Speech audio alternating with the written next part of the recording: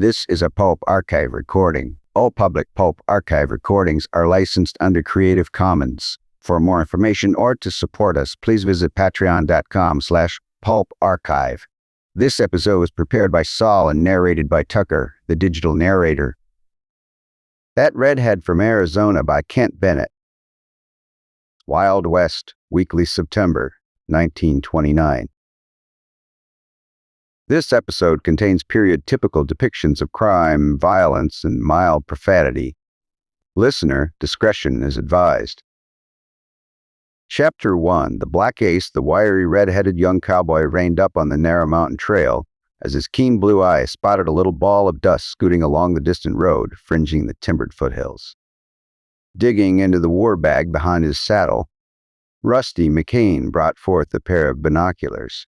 Quickly, the travel-stained youth focused them on the far-off sight.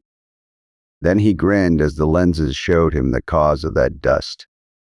A loping pinto and its rider, good old Sliver Dane. Rusty chuckled. I've caught him at last, dang his mysterious hide. Now, we'll just keep him in sight. Get up, hoss. We'll soon find out what's what, I reckon. The blaze-faced roan started on down the rocky trail. Like its sinewy, well-built master, the cayuse gave evidence of many hard days on the road. That was natural enough, for it's a long way from lower Arizona to Colorado, and Rusty McKain had burned up distance in locating that rider far below him. Sliver Dane, Rusty knew, was on a secret mission. Just what that mission was, Rusty had no idea. Indeed, it made no difference to the tanned, firm-jawed young redhead so long as it promised excitement. And excitement was almost bound to pop where Sliver was concerned. Rusty had learned that well in the year the two had been riding partners down on the Gila in Arizona. Twice, by working together, they had ferreted out rustling schemes causing heavy loss to their boss, old High Ewing of the 4-bar-7. Now Rusty had a hunch Sliver had been dispatched all the way up here on a similar task, despite the fact that Ewing possessed no Colorado holdings. Old High acted too close-mouthed about it all. Young McKain, mused to himself as the roan angled down the mountain, claimed his. Lips was sealed, wouldn't even give me Sliver's new address as I could write him. Whew, I thought I'd kick off the roof when I quit to take out after Sliver, but I can't help that. Where my buddy goes, Whoa, hoss, Sliver's met somebody. Again, Rusty's binoculars went to his eyes. A rider on a white cayuse was spurring out from a foothill draw to intercept the lanky cowboy Rusty had spent days in tracing. Through the lenses, the sorrel-topped youth could see Sliver pass something to the other. Then the pair shook hands, talked for a moment, and turned off up the winding draw. That's luck, Rusty grinned. When Sliver comes back out of there, I'll be right on the spot to tell him, boy, howdy. But it took the youth's trail-worn cayuse nearly an hour to gain the football road. For the last half of the way down, intervening ridges, studded with pine and aspen, cut off all view of the distant draw. When at length Rusty reached it, he swung low in the saddle to study the ground sign. Sliver and the unknown rider on the white horse might have emerged while he was still unable to see them. Indeed, one rider had, for although the hoof marks of two ponies went in, only one set came out. And that wasn't Sliver, Rusty McKain realized in a moment. I know his pin of shoes, number one heel, talked, but plenty worn. Turn in here, hoss. We'll soon see Sliver. Up the twisting defile, the wiry puncher shoved the roan. Gradually, the gorge's rocky walls grew steeper. The sandstone of its floor changed to shale as it climbed back toward the mountains. For nearly 2 miles, Rusty pressed on, without sign of his saddle partner. Then suddenly he drew in his breath with a gasp of consternation. What was the sprawled face down there among the boulders? Hurriedly, young McKain spurred toward the human form up ahead. In another moment, he had leaped to the ground and dropped on his knees beside the inert figure, with a queer tightening about his heart. Rusty turned the other over. Sliver! Came in a hoarse, dry cry from the redhead's lips. Sliver dead! Dry gulched! With horrified eyes, Rusty gazed down on the angular, range-roughened features of his friend. The lively black orbs that he knew so well were closed. Sliver's good-humored mouth seemed to sag. A crimson splotch stained the waddy shirt front. Then Rusty's glance fell upon something else just above Sliver's heart. It was an ordinary playing card. The ace of spades bullet pierced in the center. Quickly Rusty bent over it, for now he could see something written across the greasy pasteboard. In an instant, he was reading, "Here is no 3 for you, Sheriff. Better try again. Nominate me some more buzzard meat." This one didn't even get started. The black ace, his death mark, his own face set and grim. Rusty reached down to pick up the card. As his fingers touched Sliver Dane's chest, an electric thrill shot through him. That breast had moved, stirred faintly with an indrawn breath ever so slightly. "He's alive!" burst in a joyous outcry from the waddy. "He ain't dead yet." "Now, if I can only save him, if there's water here, sure there is, in my own canteen." Swiftly, the wiry youth sprang to his cayuse and returned in an instant with the precious fluid. A few drops he let trickle between Sliver Dane's parted lips. Next he dashed a handful over his partner's ash-gray countenance. For the briefest of seconds, Sliver's eyes fluttered open, only to close again. But that was enough for Rusty. Hastily now, he examined the other's wound. A clean bullet hole from a slug that had entered the back and emerged somewhat above the heart. "It must have slammed through the top of his lung," the redhead muttered, as deftly he proceeded to cleanse and bandage the injury. "Sliver, old boy, you got a chance to pull through if I do my duty by you, and part I am sure of trying, but half an hour's tender, efficient effort left the result still in doubt." Sliver Dane's eyes were open now. His breathing was somewhat regular, but he hadn't really regained consciousness, for he was out of his head, delirious. A fever was mounting. What he needed badly was a doctor once he reached that decision. Rusty got his partner in the shade, tied a water-soaked neckerchief about Sliver's flushed forehead, and leaped back into the saddle. Down out of the draw he tore, headed for the road, and the first town to be found along it at the gorge's mouth. Rusty swung west. Before him, in the dust of the rutted highway, led the tracks of a horseman. Again the sinewy youth's tanned jaws tightened. Those were the hoofprints of the rider who had lured Sliver into that draw of attempted assassination. So the black ace forks a white cayuse, the rusty McKain gritted as his thoughts leaped back to the unknown rider his glasses had sighted with Sliver. "Well, I ain't got time to look him up now, but if he's still on this road, he's my meat to dirty back shooting coyote." Tired as the cowboy's rangy roan was, the miles flew back behind it, under Rusty's determined urging. Steadily, the route led down through the foothills. Then the cayuse was throwing gravel around a bend half hidden by silvery aspen. As the speeding animal made the sheltered turn, Rusty's eyes caught a glimpse of something white beside the trail. Promptly he yanked the pony to its haunches. There, not 30 yards away, behind a clump of service bushes, a big man sat, a milk-white cayuse. One lightning look was all Rusty needed. Instantly his right hand flashed to a holstered 6 gun. Ended Chapter 2, Guns in the Dark, too late. The other tried to draw. Already the tight-lipped Arizona cowboy had him covered. "Up with your murdering claws," Rusty barked, his blue eyes afire with the pent-up fury that gripped him.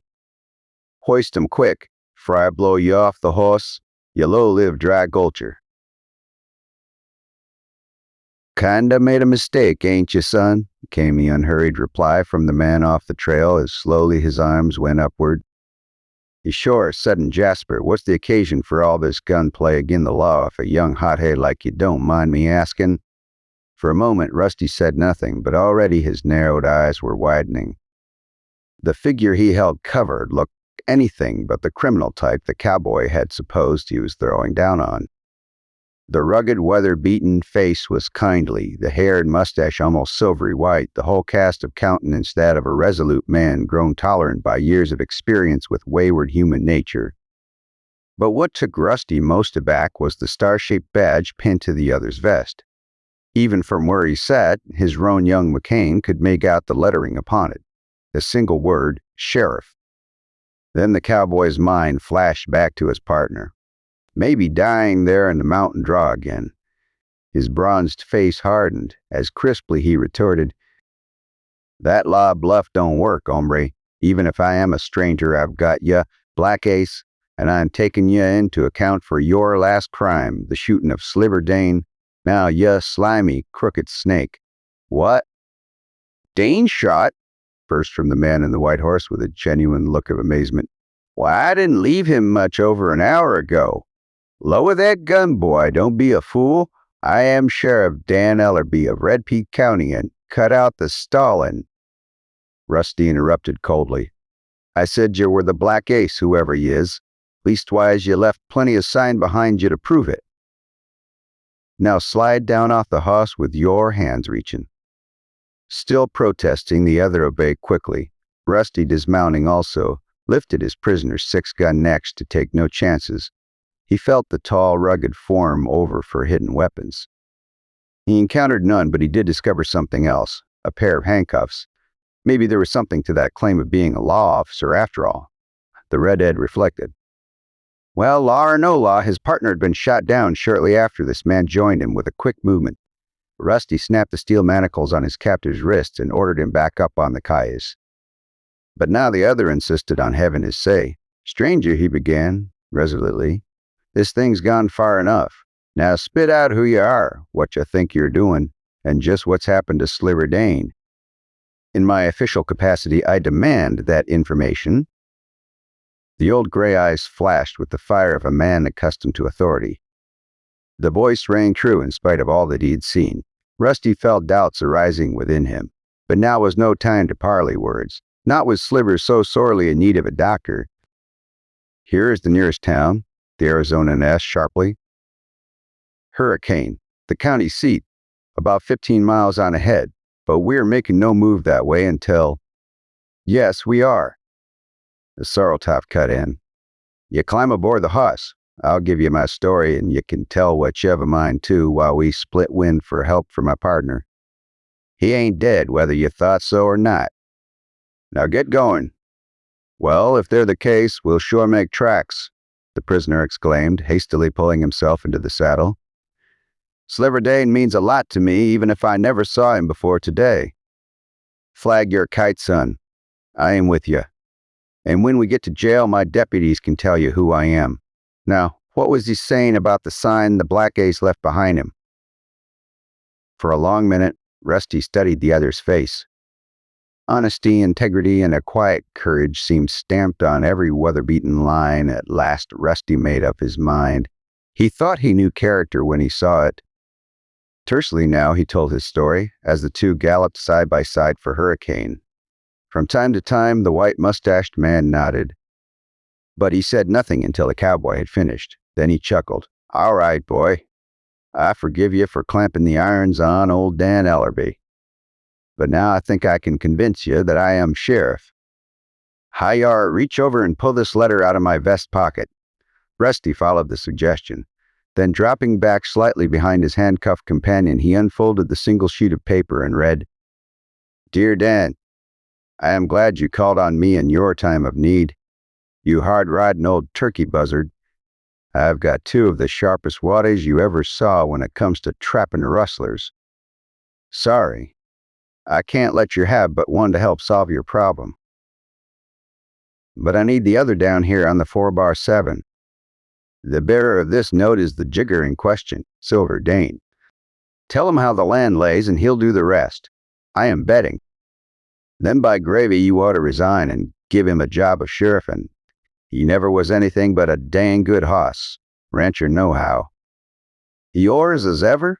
Hi. Ewing, the handwriting the cowboy saw was without a doubt that of Ewing. Now, as he debated whether his captive was rightfully in possession of the letter, Rusty's eyes fell upon a horseman jogging up the trail from below. Here was a quick way to settle the matter. Spurring up beside the handcuffed man, he slipped out of his coat and tossed it across the manacled wrists held on the saddle horn beside him. That's so's not to embarrass you if you are telling the truth, he explained. Now, don't you let out a yip when we reach this hombre riding toward us. If he calls you sheriff, then I'll know you're all right. If you don't, well, it's jail for you, and if my pard dies, the gallows suits me, came the reply with a smile. And thanks for the bracelet covering. But what about we pull over behind these bushes, then he can only see my uppers? Rusty agreed. In 3 minutes more, the approaching rider, a range-tanned cowboy, was almost on them. He passed with a friendly hail. Howdy, Sheriff. Still in the Black Ace hunt, eh? Well, here's hoping you catch him. Then the puncher was gone. With a sheepish grin, Rusty looked at his prisoner. I apologize, he said simply, reaching over for his coat. Now, Wine, here's the handcuff key. I'll have you loose in no time. Once old Sheriff Dan Eliber was free, he and Rusty hit on the same idea almost simultaneously. That was to overtake the cowboy who had passed and dispatch him to Hurricane for a doctor for Sliver.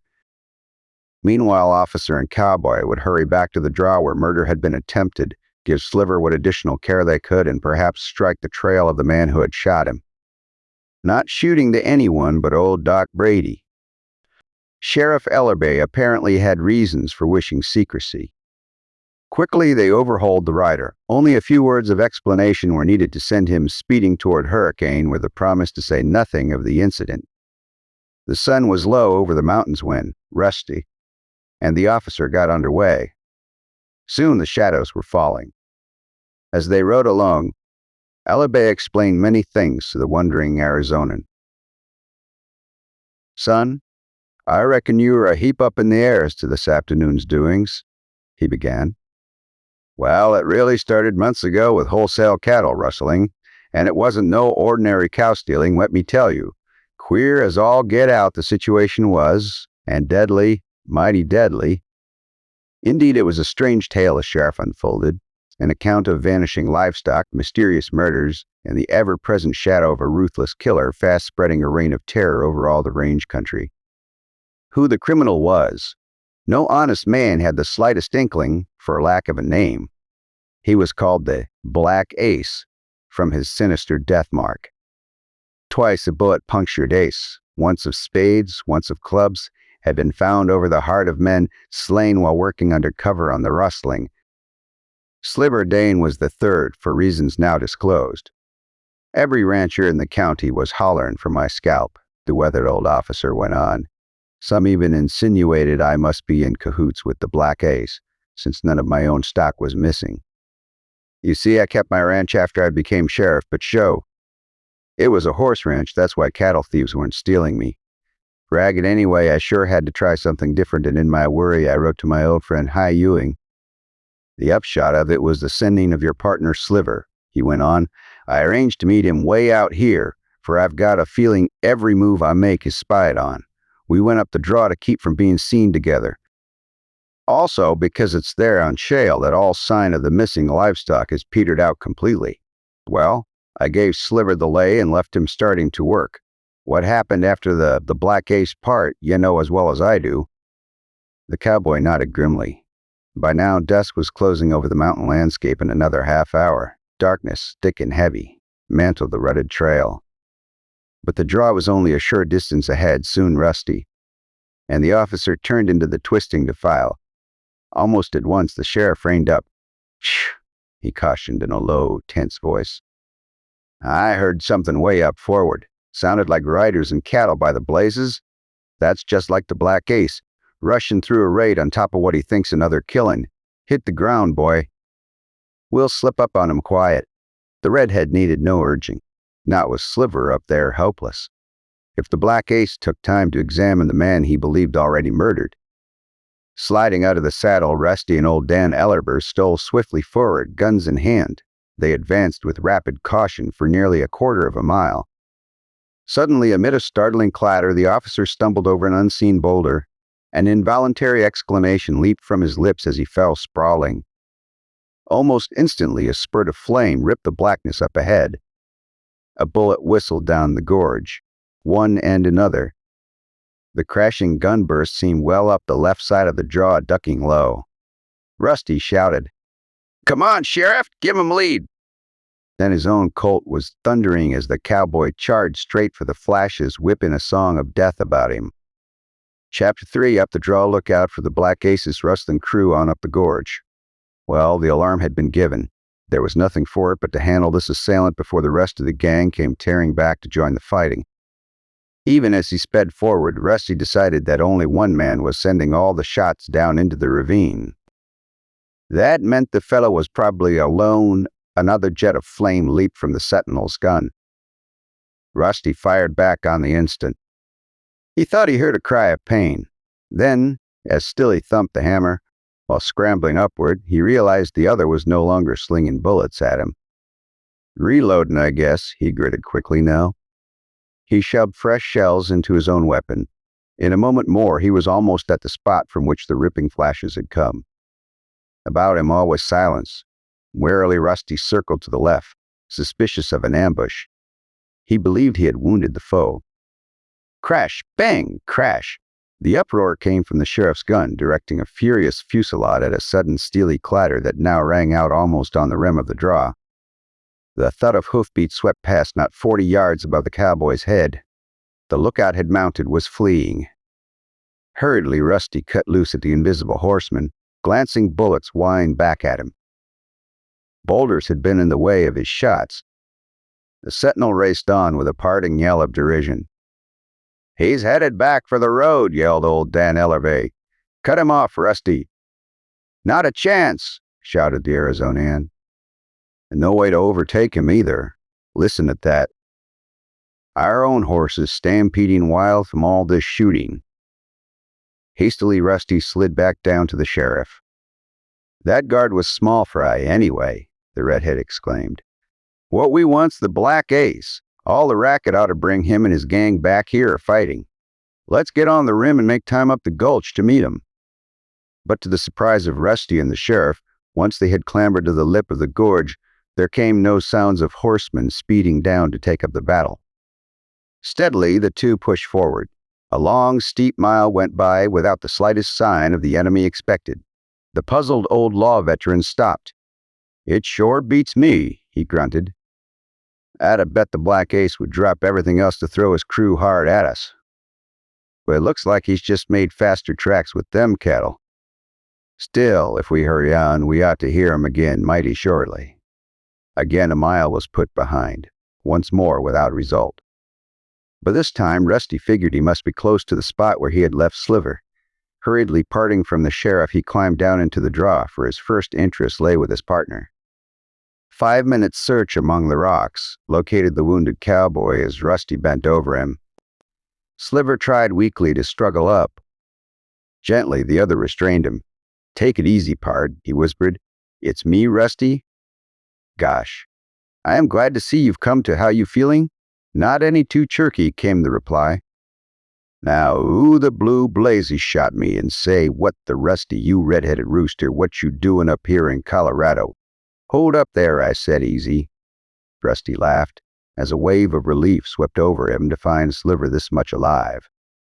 "One question at a time, you tough old critter. We'll soon have a doctor here to fix you up. Now lay still while I tell what's happened."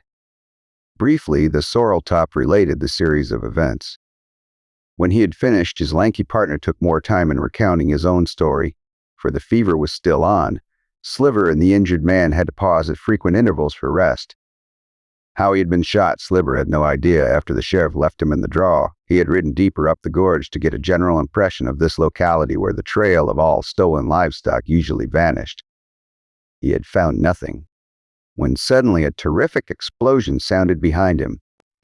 Agonizing pain seemed to tear all through him. Then he was pitching from the saddle into the blackness of oblivion. "And they're every dang thing.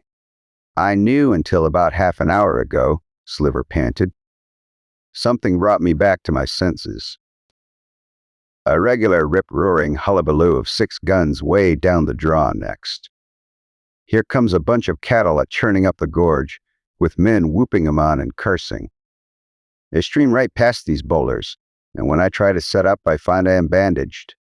And they're the whole works, except that I am too tuckered out to do anything but lay here.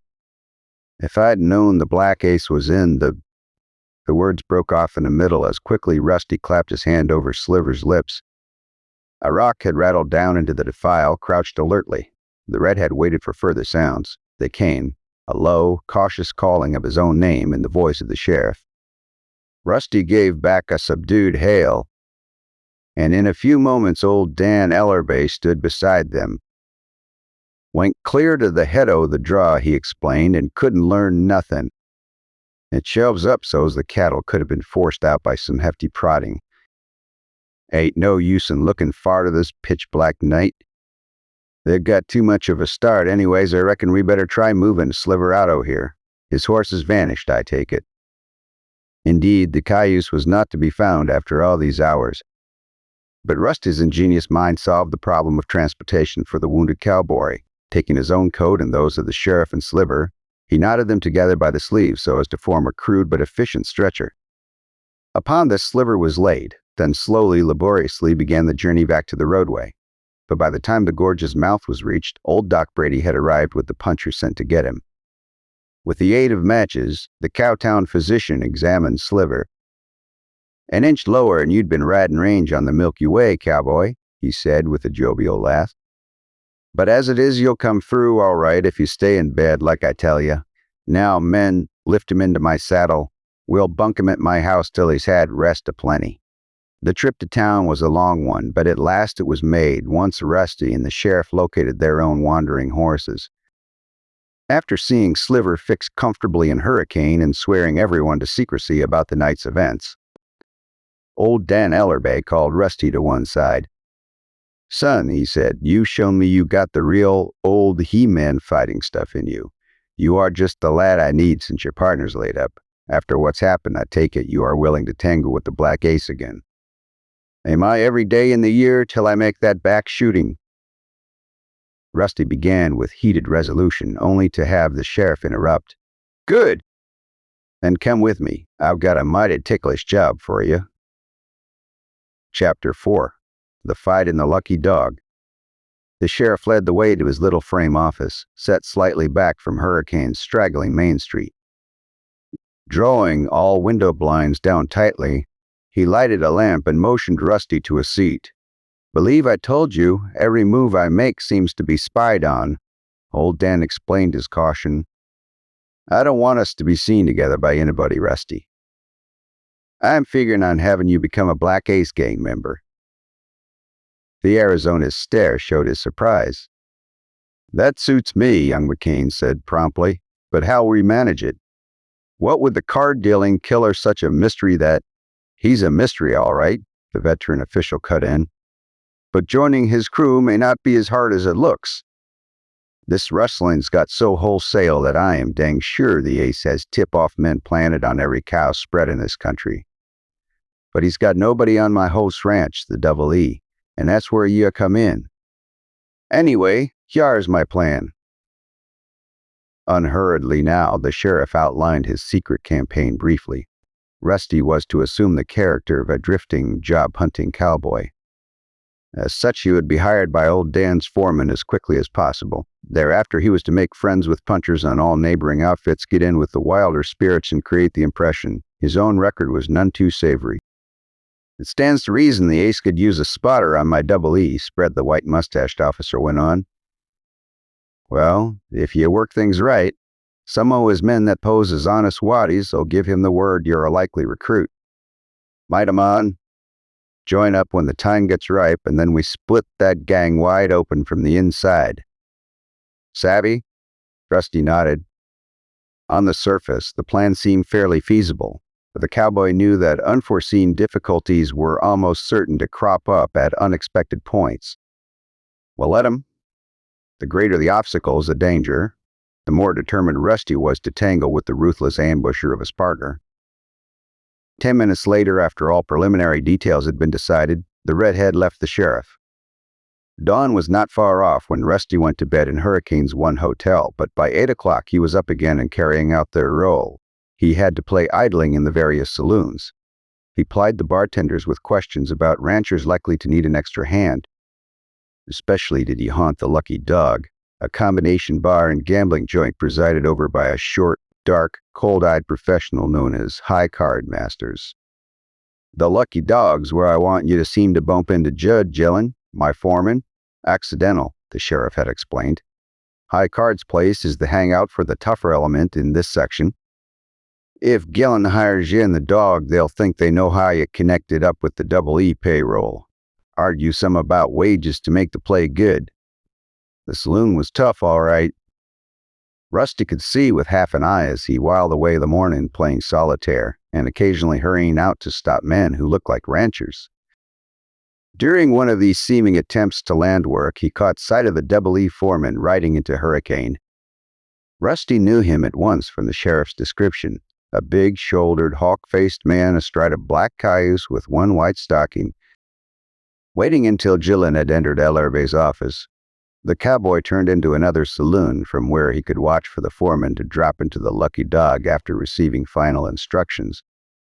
In a short time, Gillen crossed over to the resort. 5 minutes later, Rusty sauntered in after him. Ellerbe's ranch boss was standing well down the bar, beyond half a dozen heavily armed, hard-looking customers. The gambler, High Card, was talking to him in low tones across 2 glasses of whiskey. As young McKain lounged to a seat at a nearby table, the conversation broke off.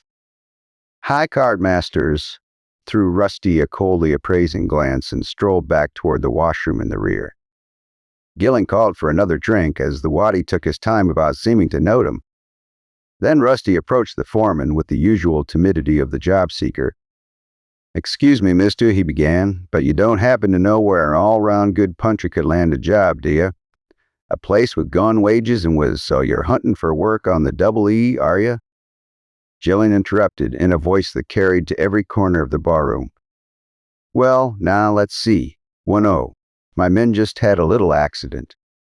But fella, I don't know anything about you. Where'd you come from? And who'd you ride for last?" The words were natural enough, but to Rusty it seemed that the swarthy, hawk-beaked foreman was overplaying his part in the loudness of his tones.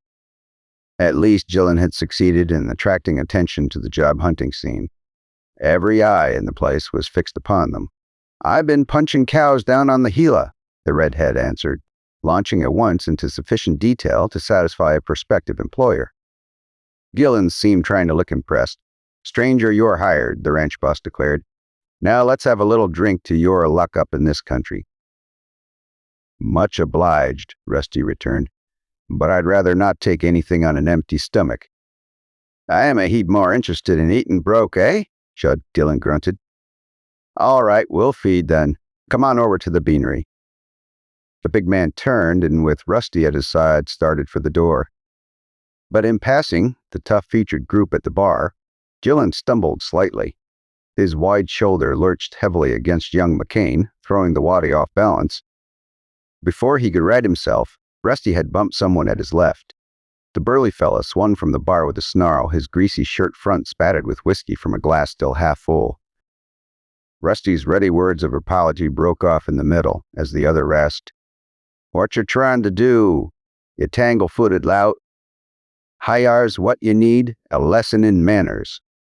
Instantly, the scowling, hard-faced rowdy dashed the fiery liquor in his glass straight for the cowboy's eyes. Just in the nick of time, Rusty sensed the movement, snapping his head to one side. The Arizonan retaliated hotly with a lightning short-arm jolt aimed for the ruffian's jaw. The blow whipped home on the button. The husky tough went down like a shot in a flash. Rusty's hand was streaking to his own 6-gun. Every man in that evil-visaged group was digging for a weapon. The cowboy's Colt was out of its holster in the flick of an eye. But Gillen's finger grasped his wrist as Rusty swept up the .45 to cover the belligerent crew before him. "Don't start no trouble," the foreman hissed. The next split second, amid a crashing blaze of gunfire, a sidewise dive of Rusty's body sent the ranch boss tumbling. That pantherish spring saving young McKain's life for the moment flung him to his knees beside the other.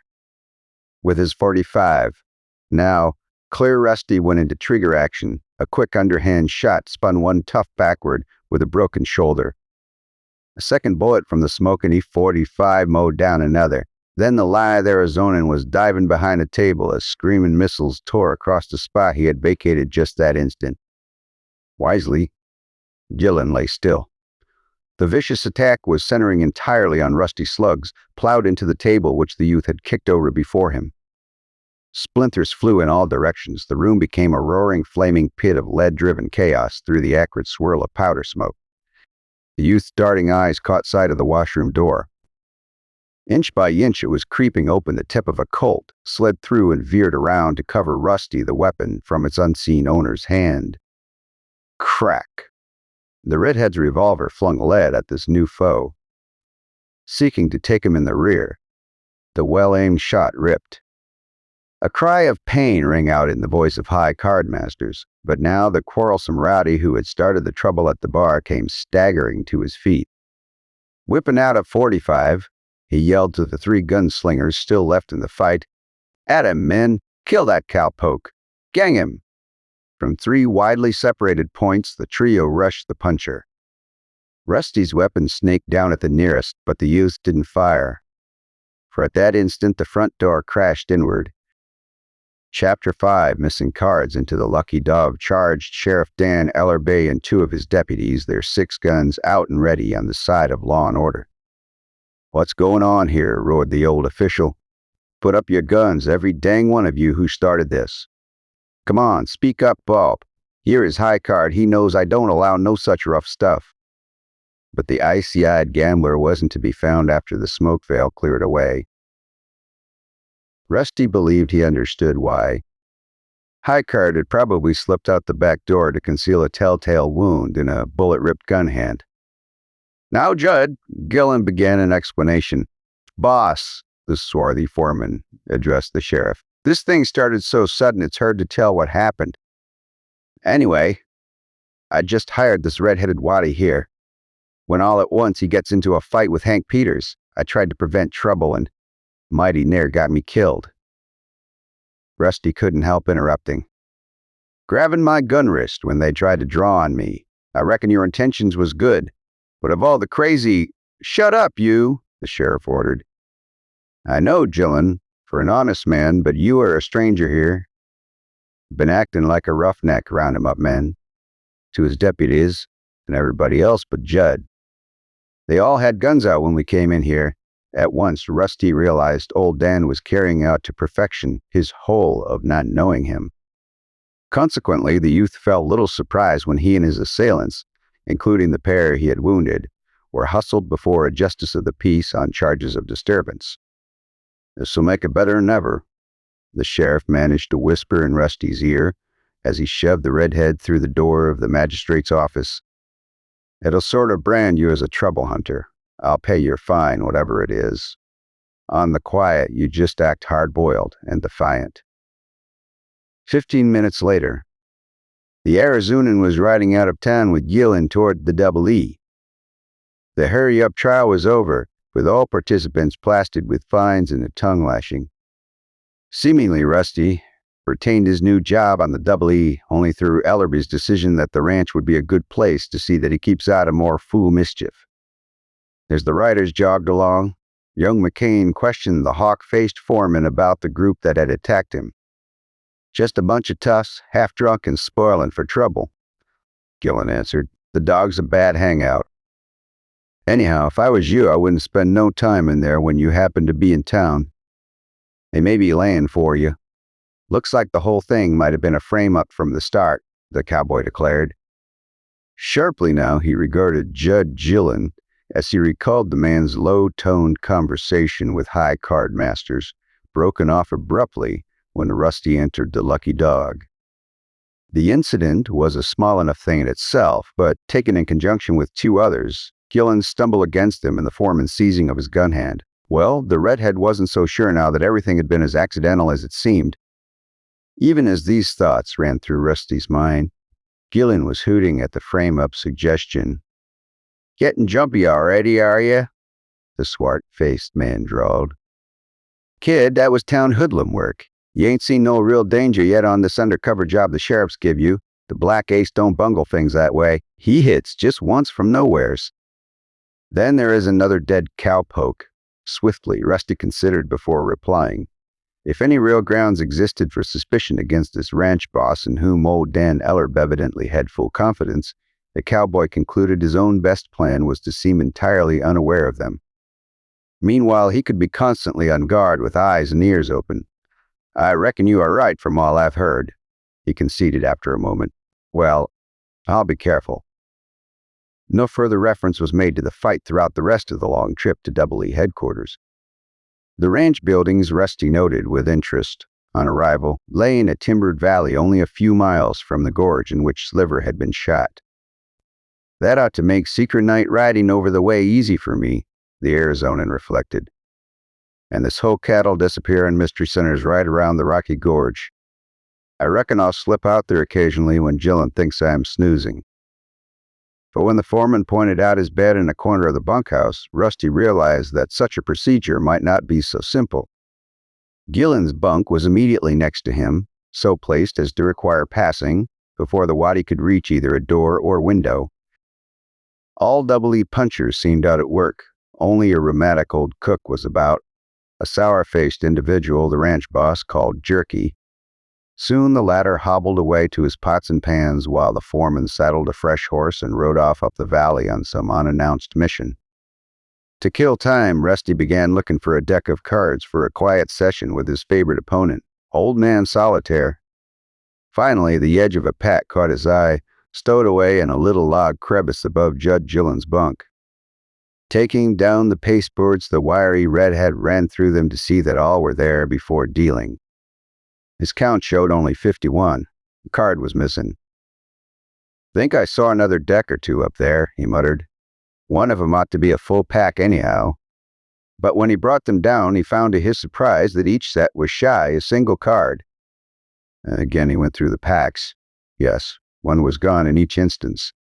And Rusty whistled softly. In every case that one was a black ace. He mused. Things are hitting mighty close to home. Rusty, you got a clue? What is a clue? Reckon I better put these back before. The self-communion ended abruptly. Young McKain, glancing up, had caught sight of a peering face pressed against a window only a few feet away. The man dodged back, but not until the waddy had recognized him as the crabby old ranch cook. Jerky spying on me, eh? The redhead grunted. Things are sure wrong here. That's plumb certain. Well, I've got to play innocent. Can't afford to act as if I saw him. Come on, cards. Here's where we give old Sol a lesson.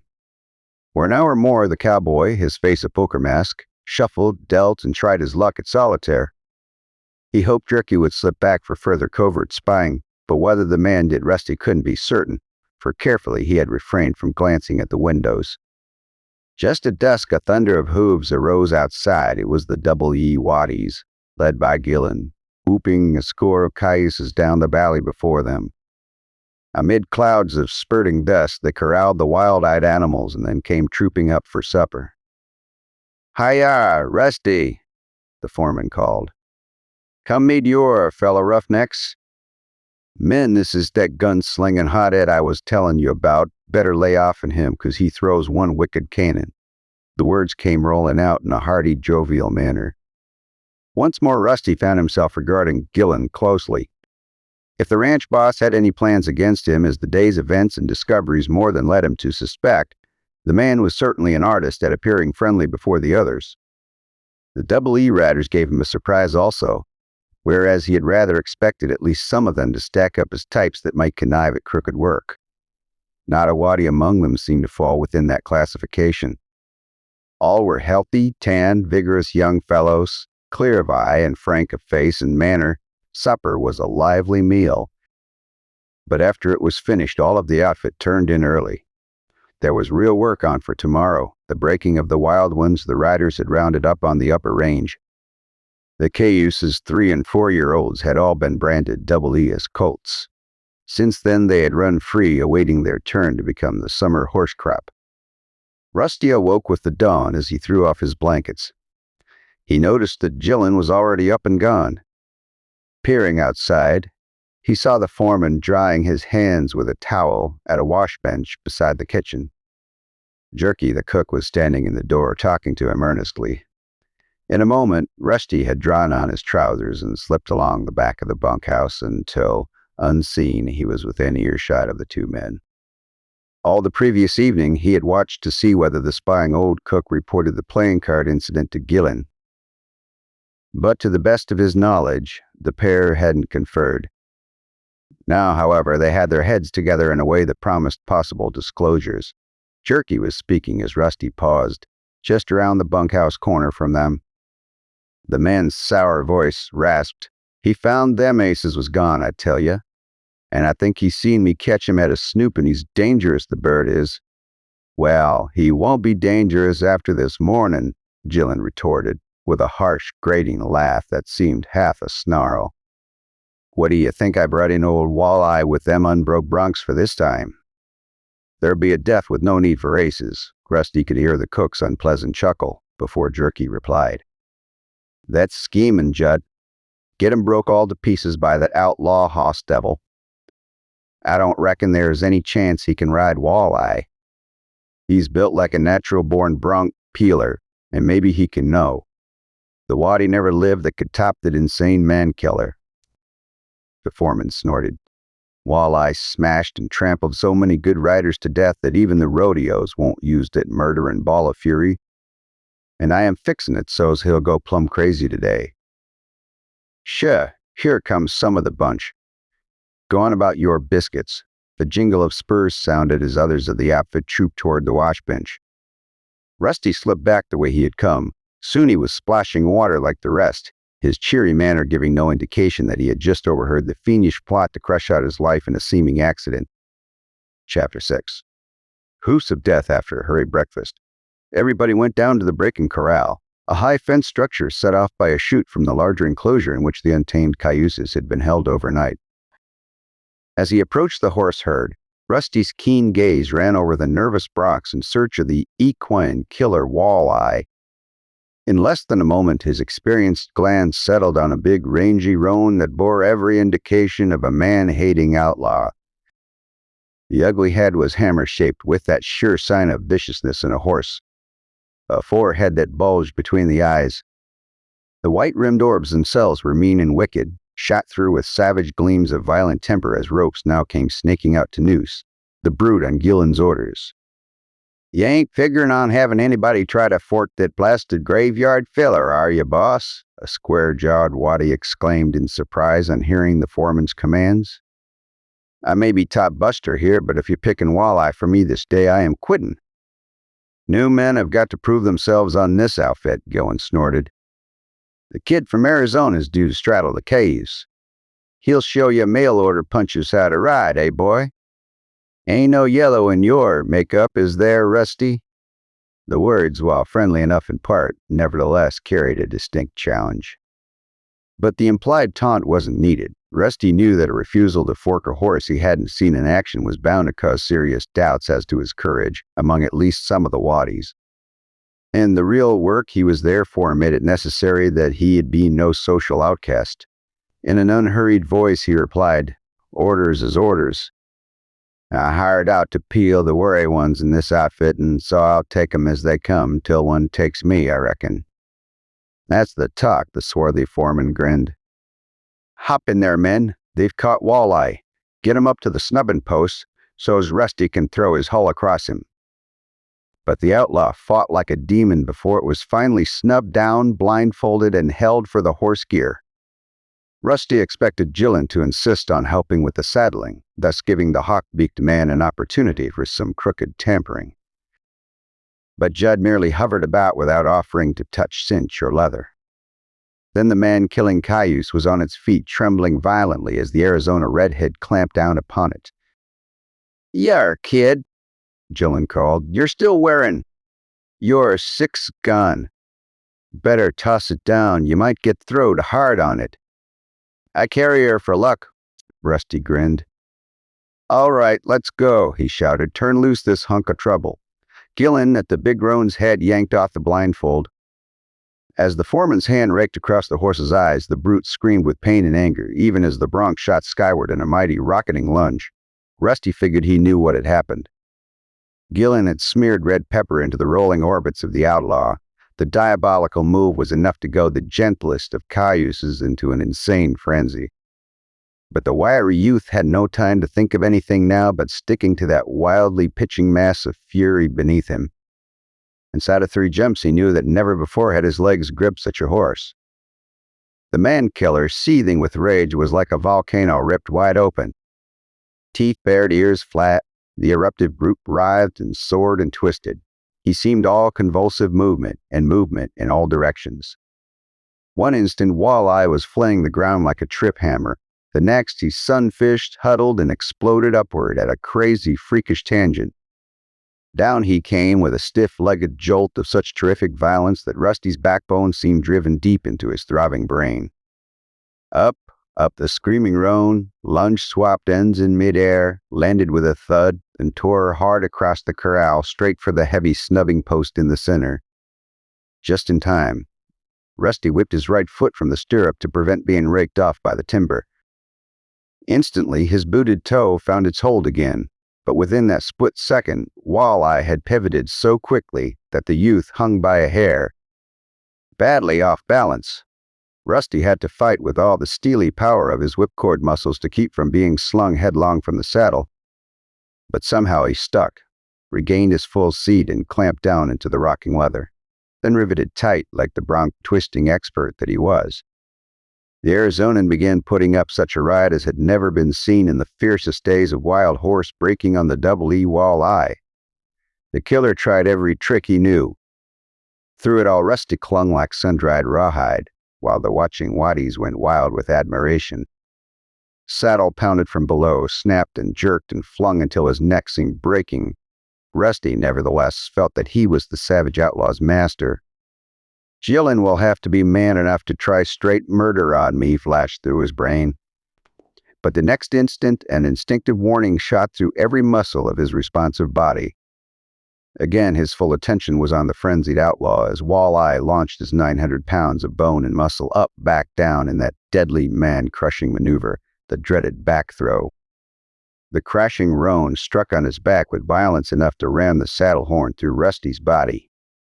But the leather-wrapped steel tore up earth, only for a lightning, quick side slip had saved the dexterous cowboy. When Walleye struggled up with a ball of rage, the redhead was once more sitting pretty, in the leather. But Rusty had no opportunity for self-congratulation. The balked Brock was like a thing gone mad, insane with fury at its failure to unseat its rider. Hunched into a sudden ball, it catapulted across the corral, smashed into the fence with express-train speed, ripped on through in a shower of flying timbers, and tore off down the valley. Rusty clung like grim death, for again the brute was pitching behind him. He heard excited shouts, then in the midst of a freakish gyration, the peeler's eyes were jerked back toward the corral. Someone had mounted the only saddled horse there, but Rusty's bobbing head gave him no opportunity to identify the rider now. Thundering up behind him, ahead 200 yards away, loomed a stand of good-sized aspen Walleye, snorting, squealing, raging, suddenly laid back his wicked ears and made straight for it. In barely a quarter of a minute, the mad outlaw was crashing through the trees, with Rusty battling desperately to keep from being swept from the saddle. Whims lashed and clawed his face and body trunks, banged his knees and ankles, yet he managed to weather the terrific ride for the brief seconds before Walleye stumbled out on the farther side of the timber. The horse was badly spent now. It was only a matter of moments, Rusty felt, before he would have the killer conquered. A wave of satisfaction swept over the grim-faced youth. It had been man work to top that fiendish brute. Walleye was still bucking, but there seemed no chance now that Rusty could be thrown. Gillen's murder plot had failed. The crooked foreman, a drumming of hoofs sounded around the end of the aspens. Rusty, taking his few remaining jolts easily, cast back a glance to see who had come racing up to aid him if needed. But a last spasmodic outburst from the still furious outlaw snapped off that look in the middle as the redhead went back to riding. He couldn't be sure, but he thought the approaching man was Gillen.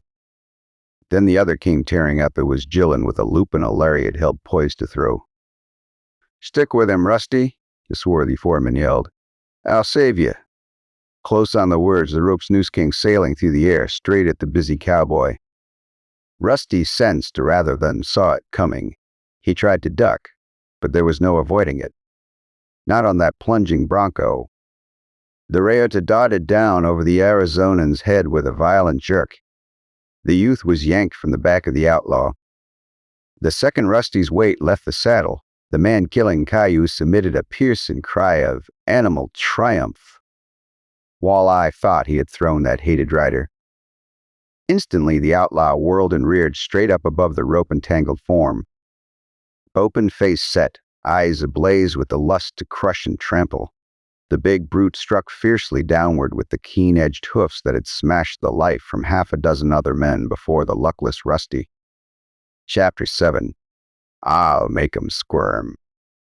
Flat on his back with his arms pinned above the elbows, the cowboy tried to roll from beneath those hoofs of doom, but the lariat jerked him back in place for the frenzied outlaw's death stroke. In an instant, all would be over. Gillen's dastardly scheme shifted with diabolical cunning. When Rusty seemed about to ride the man-killer to a finish, was sweeping to its conclusion of pulverizing horror, and the foreman was safe from accusation, for the stand of aspen cut off all view of any possible witness to the details of the mangling. But swiftly, as these thoughts flashed through Rusty's mind as those down-driving hoofs cleaved the air above him, the redhead's own action was even quicker. He had but one chance, and that the barest. His arm was caught, but his wrist was free, with a movement like the blur of a striking rattler. His fingers streaked his six-gun from the holster. The muzzle tilted, the hammer fell, the weapon roared, all in the start of a second upward ripped a blaze of flame in the slug from the .45. Walleye died in midair, shot through the brain, but the horse's great form still hurtled downward. It struck with an impact that shook the earth, the mighty hoofs tearing up ground scant inches from Rusty's head. Slammed slightly sidewise by the terrific shock of the close range, .45, the outlaw's quivering mass of bone and muscle lay less than half a yard from the cowboy, who had hurled back death with not an instant to spare. Across the shoulder of the dead brute, Rusty's quick eyes leaped to the face of Gillen. The foreman's features were a distorted blend of amazement and blackest fury. Already, the man's six-gun was jumping from its scabbard. Rusty's swift thumbing of his hammer was one with Gillen's attempt to complete that snake-like draw. The redhead's lightning shot sent the other's weapon flying. An involuntary oath ripped from Gillen's bewildered lips. Then the youth's icy tones were commanding. "Untie that rope, you houndo. The pit 'fore I cut lead straight through you." As in a daze, the swarthy man obeyed. Rusty surged to his feet, his face hard and set with a seething wrath that filled him. "What do you throw lead at me for?" Gillen tried to stall, getting some semblance of grip on his ugly features. "Boy, I reckon he was excited. That's all right then. I was just getting my gun out to topple that man-killer. Rusty, but it was sure a relief to see you pull out of it alive. I did my dangest to save you after the rope accident, but yes, you did your dangest to kill me," the Arizonan interrupted coldly. "Hoist your hands, up with 'em. That's right, you black-hearted scorpion. Now climb down here. You pulled your last smooth crime in this country." Still protesting, Gillen dismounted. The redhead, having slipped out of the lariat, strode up to him, ordered him to face about, and rammed the .45 in between his shoulders. "March!" the youth's voice crackled. "You have showed your hand too plain this time. Now we'll let you face the sheriff so's he can see you in your true colors, black as the cards you've used to mark your murders. Black Ace Gillen." The big man started violently, then he tried to swing about, blustering, swearing, denying. Rusty shoved the Colt in deeper. "Shut up," he ordered. "I've got no words for a treacherous snake like you. You can do your talking behind the jail bars." For an instant, the Arizona thought Gillen was about to make a break for liberty. But the foreman's suddenly tense muscles lost the impulse at once as Rusty gritted. "You just try it." Now from around the aspens arose the sound of running feet. The double E waddies, aroused by the shots, were coming. As they burst into view, the punchers stared in astonishment. Rusty prodded Gillen along fast to meet them. Tersely then, he explained what had happened. Expressions of wonder and disbelief crossed their tanned faces as he began. But before he finished, the youth could see at least some of them directing glances of dark suspicion upon their foreman. "Don't you believe a word of that insane talk?" Gillen roared at the undecided group. His fool waddy lit on his head when Walleye threw him. Must have knocked him woozy. I shot the hoss to save him. He's out of his senses yet, and all that black ace stuff is just plain raving. Is it? The cowboy cut in. My gun'll show 2 empty chambers and yours none. That'll prove who's telling the truth about Walleye, and those missing aces in your 3 card decks will help bear out the murder charges. Men, Rusty spoke incisively, I wasn't at the Double E then, but I am betting that every night there has been a black ace shooting, your foreman has been absent. I am right, ain't I? The waddies exchanged swift looks. Then the square-jawed top-buster, Mallard, broke out. Father Blisterin' Blazes, you're right. All 3 times. And the first man killed was my best buddy, Ed Myers. Oh, the H-bar, oh, Gillen, you dry gulchin'. Skunk, you ought to hang for this. Take him in, Rusty, I'll see that nobody tries to stop you. The final remark proved totally unneeded. A prompt examination of the 2.6 guns upheld Rusty's version of the shooting of the outlaw Bronco. Gillen's lariat, with its betraying noose and traces of red pepper found in the horse's eyes, clinched the accusation. Without a doubt, even the more dubious waddies realized the hawk-beaked man had attempted to kill Rusty. All possible friendliness for him gone now. The Double E riders helped guard Gillen on the way to town. Old Sheriff Dan Ellerby could hardly believe his eyes and ears when the foreman was hustled before him. But experienced as he was in driving to the heart of criminal matters, the veteran officer was quick to understand how strong was some of the evidence Rusty had unearthed, despite its circumstantial nature. His weather-beaten face a mixture of sorrow and indignation, he informed Gillen levelly, Judd, I ain't passing judgment on you yet. That's for the courts, not me. You may be the black ace, and again you may not. But one thing's certain, you tried to murder this lad you knew was on the hunt for the killer. Now how do you explain it? It's all a pack of lies, the swarthy foreman fumed. He's got it in for me for some reason. He's a stranger here. Maybe he's the black ace himself. He ought to be the man under arrest. Well, he won't be, the sheriff retorted coldly. That kind of ranting and dodging the issue don't set well with me, Judd. I never thought to see the day when I'd have you locked in my own jail, but it's come to pass. Take him away, men. My old head's aching. News of Gillen's arrest set the town agog. Many refused to believe there could be any connection between him and the mysterious black ace, but others pointed out that the foreman had seemed unusually prosperous lately for a man in his position. Rustlers' profits, they insisted. Gradually, as the more talkative of the Double E punchers told what they knew, sentiment against Judd Gillen shifted rapidly. By nightfall, ominous threats were being heard against him. Then in 1s and 2s and 3s, grim-faced riders began dropping in from the ranches that had felt the scourge of the Black Ace's criminal operations.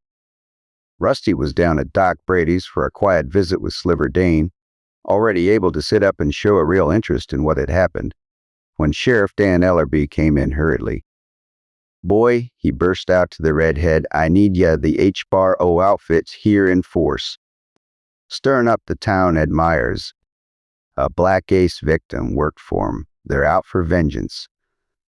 Say the ace is caught now, lynch him. But I never lost a prisoner to a mob yet. Are you willing to help defend the man that tried to kill you? Let him hang him, Sliver snorted. That's what he deserves. Save the expense of a trial. He's guilty, even if he ain't got jury-tight proof against him. That's just it, Rusty said, with a slow shake of the head. There might possibly be a mistake, although I know there ain't. Anyway, he's entitled to his day in court. Sheriff, I am with ya. Quickly, old Dan outlined what he wanted. The hurricane jail wasn't strong enough to resist a determined attack. Gillen would have to be spirited away without the knowledge of the mob now gathering in the Lucky Dog and other drink dispensaries. They're so wrought up now that they'll jump the jail inside of half an hour, the sheriff asserted. We've got no time to lose. Yeah, and me'll slip Judd out the back way and head for the railroad to Willow Flats, so's I can land him in the jug at Canyon City. I can't use any of my deputies because they'll all be needed to put up a bluff at Jail Garden. Outside in the darkness, Ellerby led the way to the alley where the law veteran had secreted 3 horses. As they mounted, a shadowy form crouched beneath the window of the room in which Sliver lay, straightened up and headed swiftly toward the lights of the main street. But neither officer nor cowboy saw him, for the sheriff was taking a circling route to come in on the jail from the rear. 10 minutes later, Gillen, handcuffed, was seated on the cayuse between his 2 mounted guards. The man was trembling with fear as he realized why they were hurrying him from town. Down back streets and alleys, the 3 pushed at a stiff walk. Then the outskirts of Hurricane were reached, and the road to Willow Flats lay before them in the blackness. "Let's low," the sheriff grunted. "We're safe enough now for a little speed, I reckon." Horses. The quick drumming of hooves arose behind them. But even as they touched up their spurs, old Dan hissed, "It can't be onto us yet, but something's sure gone wrong somewhere." Swiftly, the cayuses lengthened out down the Willow Flats road. But the racing hoofbeats behind swept rapidly closer. Then a thunderous clatter broke out as the trio's ponies pounded across the floor of a little bridge. "That's a giveaway," shot through Rusty's mind. But the thought went no further, for the next instant the cowboy was hurtling through the air over his horse's head as the animal went down as if its feet had been yanked from beneath it. Rusty landed with stunning force on the back of his neck and shoulders. He tried to struggle up, but dim forms were swarming savagely upon him. A vicious fist took him in the face. A 6-gun crashed down upon his skull. He felt his senses slipping away amid that wild jumble of confusion. As, from a great distance, he caught the words, "Get up, Judd. It's all right. It's me. High card." Little surprise for the sheriff. "We'll have you safe, Ace, in no time." Then, as unconsciousness closed over him, Gillen's voice rang out in a snarl of triumph. "That's the stuff, gang. Bring them 2, law and order gents with you. I'll make 'em squirm for spoiling my lay. They'll be begging for death before I pin the black ace on 'em." Chapter 8, The Pit of Striking Death, when Rusty came to a short time later. He found himself on the back of a horse, with his wrist tied to the saddle horn and someone supporting him roughly. 7 or 8 riders seemed surrounding the cayuse, carrying him forward through the night. At his left, he heard the clank of handcuffs. The jingle sounded from the sheriff, held captive in his own steel bracelets. "So you've come out of it, eh?" a surly voice rasped in Rusty's ear. "Sit up there, then. Do your own riding for the last time in your life. A rope slapped your horse down, and a rope'll send you out of this world a jerkin." A brutal chuckle ended the words, quickly recognized by the cowboy as those of Hank Peters, the burly tough who had started the gun battle against him in the Lucky Dog. But now the tones of Black Ace Gillen cut in, venomous with hatred. "They're dying all right, but hanging's too easy a death for what they've done. Men that dig up evidence against me can't expect no mercy. And long before morning they'll know it while they rave in agony." Rusty tried to locate Gillen by his voice, but the Black Ace was somewhere behind him.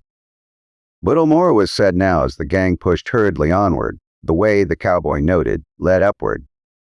The desperados then were making for the mountains that killed all hope of their being overtaken. Before daylight, for the mob bent on lynching, Gillen would naturally rush for the railroad. When it discovered old Dan had spirited away the man still believed to be his prisoner. Rusty leaned over toward the sheriff. "Got any idea where we're headed?" he whispered. "Maybe if we knew that, we might figure some place to try a break." "Can't tell yet," came the low reply. "But the moon'll be up about midnight, and shut up there," the Black Ace ordered savagely. "Hank, right in between them 2 and everybody keep a gun on 'em."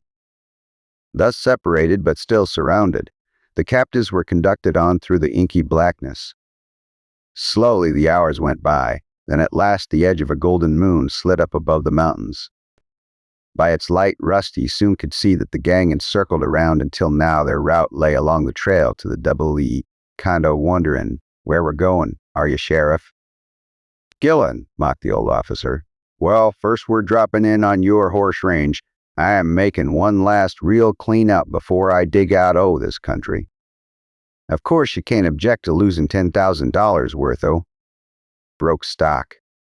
since you won't live to enjoy a penny from 'em. Maybe you'd like to will 'em to me before all these higher witnesses." A callous laugh arose through the ranks of the desperadoes. Old Dan Ellerbay spoke with level bitterness. "Go on, Judd, do your worst. After what I found out about you, I am ready for anything. If trusting a man is a cause for death, then I certainly deserve it." "Don't worry, you'll get it," the Black Ace taunted. "And that meddling spy with you in just about 3 hours." The work of rounding up the Double E horses was accomplished quickly, for Gillen knew exactly where the best stuff was located. One rider sent on to the house to see if any waddies had come back from town, returned with Jerky the cook and the information that all the rest were still in Hurricane. Rapidly then the cayuses were hazed down the valley and back along the moonlit trail. When the gorge where all rustled cattle had disappeared was reached, the herd was sent flying up it with a rush. At the upper end, the horses were held in a milling mass, while Gillen clambered up the rocks to one side. Adjusting a rope to something down in a little crevice, he threw the lariat over to one of the horsemen. Rusty, still under the guard of guns, watched with wondering interest while the rider dallied the rayada tightly around the saddle horn. Then the man slapped spurs to his mount. As the cayuse leaped away, a huge boulder at the side of the ravine swung slowly outward. Beyond lay a dark passage, cave, or tunnel. Into this the horse herd was driven, and the prisoners were hurried after them. "Slick stuff, eh?" The voice of High Card Masters gloated to Rusty as the huge rocky gateway closed back in place behind them. "Me and Judd fixed this up, pulleys, ropes, and levers. The this lost river runs clean through the mountain. Comes out not far from the state line where we been selling all them easy cattle since you two were dying. To know how we got away with things, I don't mind telling you. I know you'll keep it secret." The jeering tones died away in the clatter of hoofs that resounded through the passage. For mile after mile, Rusty came to learn. The ancient bed of the dried-up subterranean stream twisted and turned in its rock-walled course. Sometimes there was barely room enough overhead for the riders to remain upright. At others, the underground channel seemed to widen into spacious chambers. But always someone rode with a gun at Rusty's back. For hours now, the cowboy had been cudgeling his brain to devise a way out of the perilous situation. But as yet there had come no chance, not with that ruthless collection of gunmen hemming him and the sheriff in completely.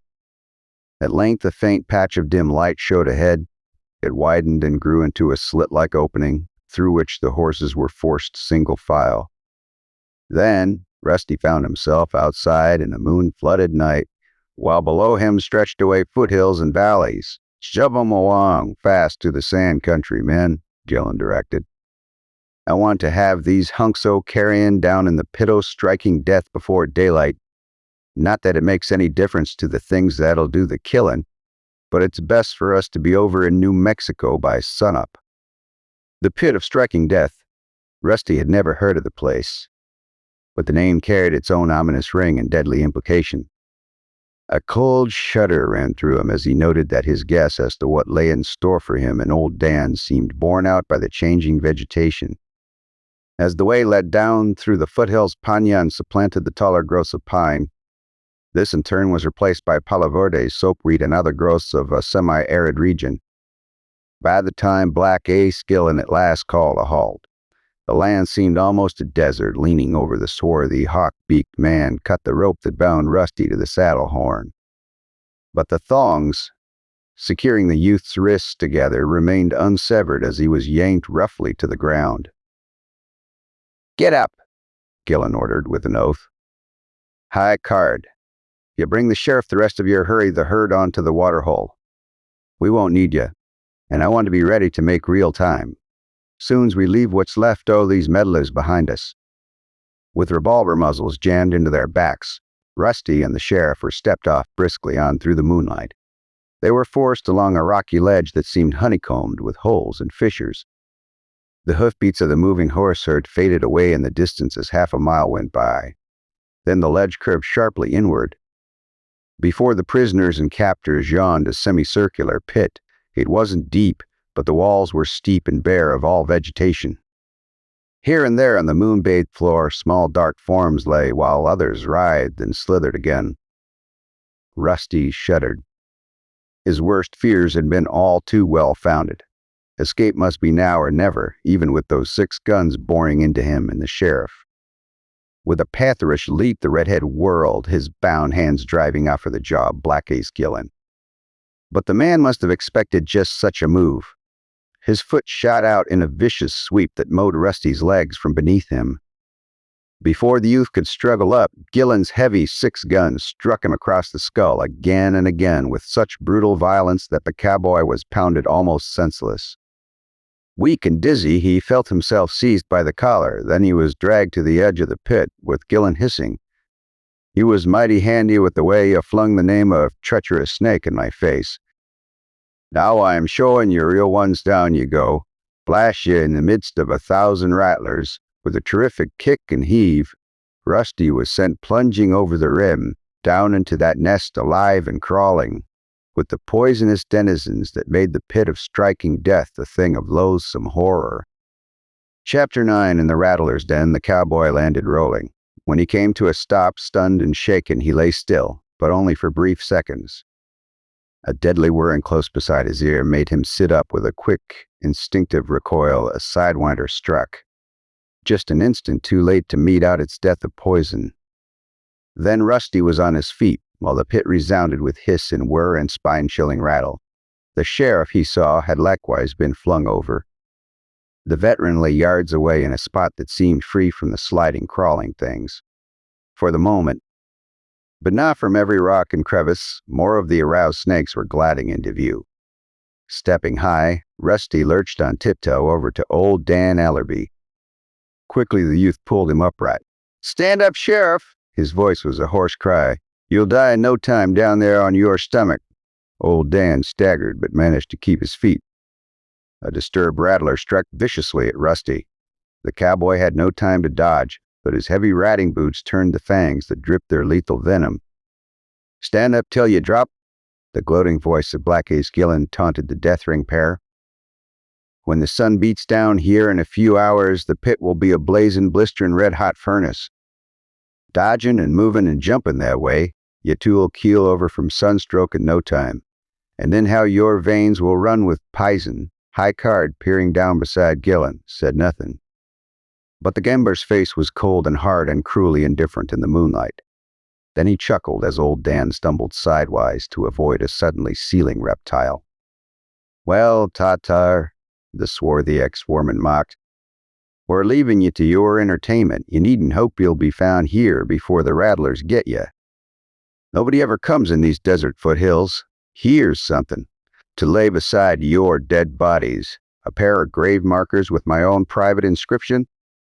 Over the lip of the pit fluttered 2 playing cards, both black aces. For a moment more, Gillen watched Rusty and the old officer twist and weave to elude the slimy, hissing carriers of death about them. Then the ace and high card disappeared from the rim of that den of horror. "That gives us a chance, Dan," Rusty whispered. "Keep away from these riled-up sidewinders till them 2 human snakes get well clear o' here. I've been darting my eyes over the walls when I wasn't dodging.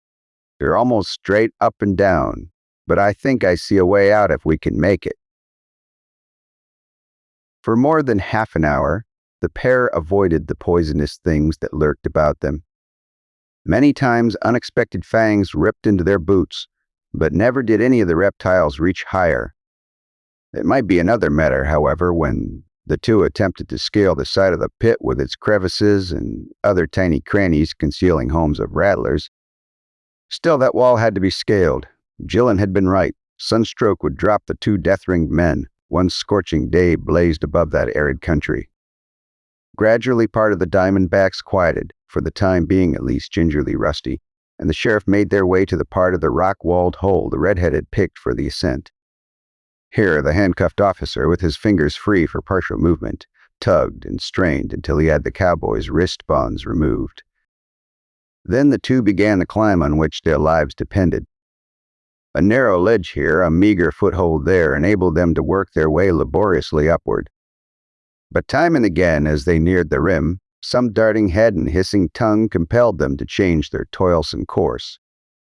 At last, however, after what seemed an eternity, they wriggled up on a little shelf hardly 9 feet from the top. For brief seconds they lay and regained their breath. Rusty was the first to sit up. His keen eyes searched the remaining distance for hand and footholds. But that sheer face of rock rose straight as the side of a house, without crack, seam, or hole to mar its mocking surface. Rising to his feet, the sinewy cowboy tried leaping for the rim. If he could get but one hand over, he might possibly draw himself across the edge and then devise some way to complete the rescue of the sheriff. His first 2 jumps failed by scant inches. He was tensing his wiry muscles for a third, when suddenly the sinister face of Black Ace Gillen loomed above him. The killer's 6-gun had him covered with a fiendish chortle. Gillen taunted. "Have a nice climb, did you? This just the way I figured. Thought it would raise your hopes so's we could drop 'em.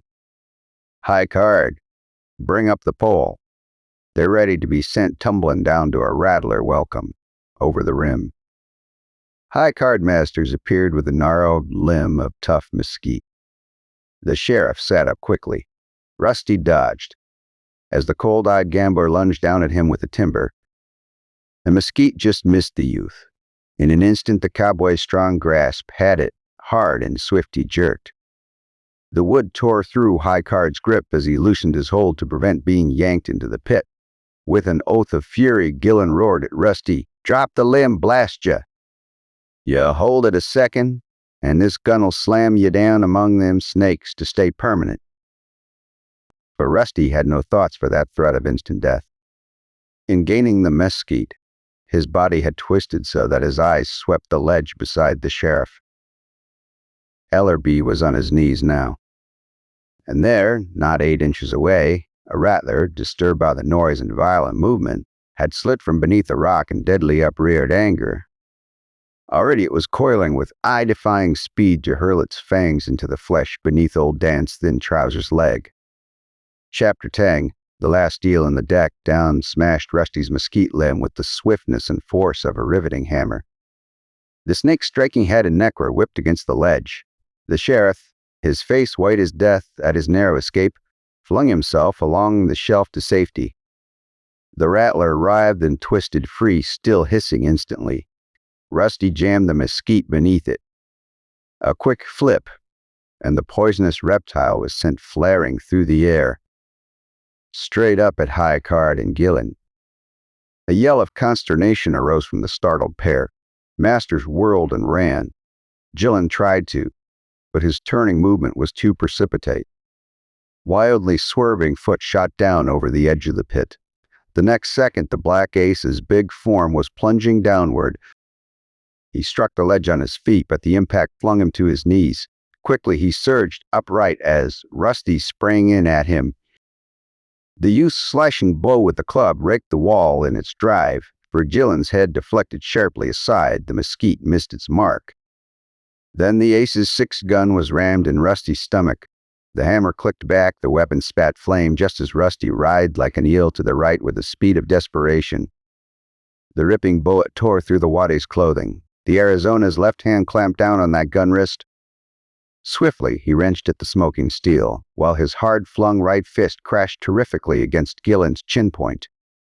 The blow, with all the power of Rusty's sinewy body behind it, sent the Black Ace reeling. The man's .45 came loose in the Redhead's grasp. In the instant that Gillen catapulted backward, up flew the Ace's arms, beating frantically at empty air. Then, with a hoarse, wailing cry of terror, the ruthless killer toppled from the ledge down into the maw of the pit of striking death. Rusty saw his body turn once in the smashing descent. But the youth didn't view the crash, for danger called his quick senses elsewhere. High Card was rushing back to the rim to learn what had happened after that shot. The gambler's gun was already out as he burst into sight. In a flash, he tried to fire, but Rusty's fast finger beat him to the trigger, squeezed by the fraction of a second. Back High Card staggered, with a broken right shoulder. His weapon slid from fingers numb and useless. "Yeah, come here," the redhead's incisive voice commanded. "Now jump down on this ledge, quick, I am in no mood for fooling with your kind. You jump or die instanter." Trembling all over, the other obeyed. Keeping him covered, Rusty called down into the pit where the black ace had landed with a snapping, cracking sound of breaking bones. There was no response. Again he called, and the frightened high card also. Old Dan Ellerby peered over the edge. "I see him," the weather-beaten veteran said slowly. "He's layin' plumb unmovin', with his head bent under him. That means his neck is broke. And even if it wasn't, he'd be a dead man anyway. 'Cause them rattlers is coilin' strikin'. Well, he's paid for his crimes at last," Rusty asserted after a moment. "That pit's a fittin' place for his grave with his own aces death there beside him. But we can't stay here, high card. You had those handcuffs clamped on the sheriff, I reckon. You got the key, unlock him pronto." As soon as Ellerby was released, the cowboy braced himself back against the wall. Then, while the redheads leveled .45, held the gambler helpless, the leathery officer mounted Rusty's shoulder and scrambled out of the pit. After that, old Dan drew the youth from the hole by means of the waddy's upraised left hand. High card covered all his time, kept begging not to be left there in that den of lurking death. "You'll have to stay here a while and dodge rattlers," Rusty informed him coldly. "Me and the sheriff have got business down at the water hole with them stolen horses." Without further words, they turned away. Once Ellerby had picked up the gun, high card had dropped on the rim and left the gambler pleading for release behind them. "We'll come back for him later," Rusty announced. "He's lively enough now to keep from getting bit. And he's too short to jump up for a handhold, I am betting. When we do show up, he'll be ready to sign a confession, Ammon. Everything that gang's ever done, and where the loot is." Soon old Dan and Rusty were on the saddled cayuses left behind for Gillen and High Card. Tracking the horse herd swiftly, they came upon the rest of the rustlers just before dawn. Before the gang realized that the riders weren't the desperados expected, Rusty's voice was crackling. "Reach high, every one of you. The game's up there. Black Ace is left in the deck. You're all small cars with nothing to beat these 6 guns." All but 2 of the amazed men obeyed the menace in those deadly level tones. Hank Peters tried to draw, and so did a scar-faced ruffian beside him. But the weapons never left their holsters, so quick were the twin blazes from the .45 vests of Rusty and the sheriff. The 2 toughs toppled, wounded, had settled matters. 15 minutes later, the disarmed gang, tied with a series of lariats stretching from neck to neck, were helping shove along the tired double E stock toward Hurricane. Rusty looked at the sheriff and grinned knowingly. "Well, they wasn't such a bad night's work after all," the cowboy chuckled. "On the way in, we'll pick up High Card and his confession. Then I reckon I'll be pulling out for the 4-7. Looks like the reign of terror is over." "She sure is, boy," old Dan Ellerby fervently exclaimed, "thanks to a rip-roaring, wild-riding, gun-slinging whiz of a redhead from Arizona." Again the cowboy grinned. "Ah, forget it," he said. "Let's make time, so's I can give the good news to Sliver." Thank you so much for hanging out today. My name is Saul, and this is the Pulp Archive. Now, if you had fun, I'd appreciate it if you could like, subscribe, comment, and share. That stuff really helps. And like most stories we cover here, today's was recommended by you. So if there's a story you'd like to see, send us an email at pulparchivelibrary@gmail.com. We'd love to cover it.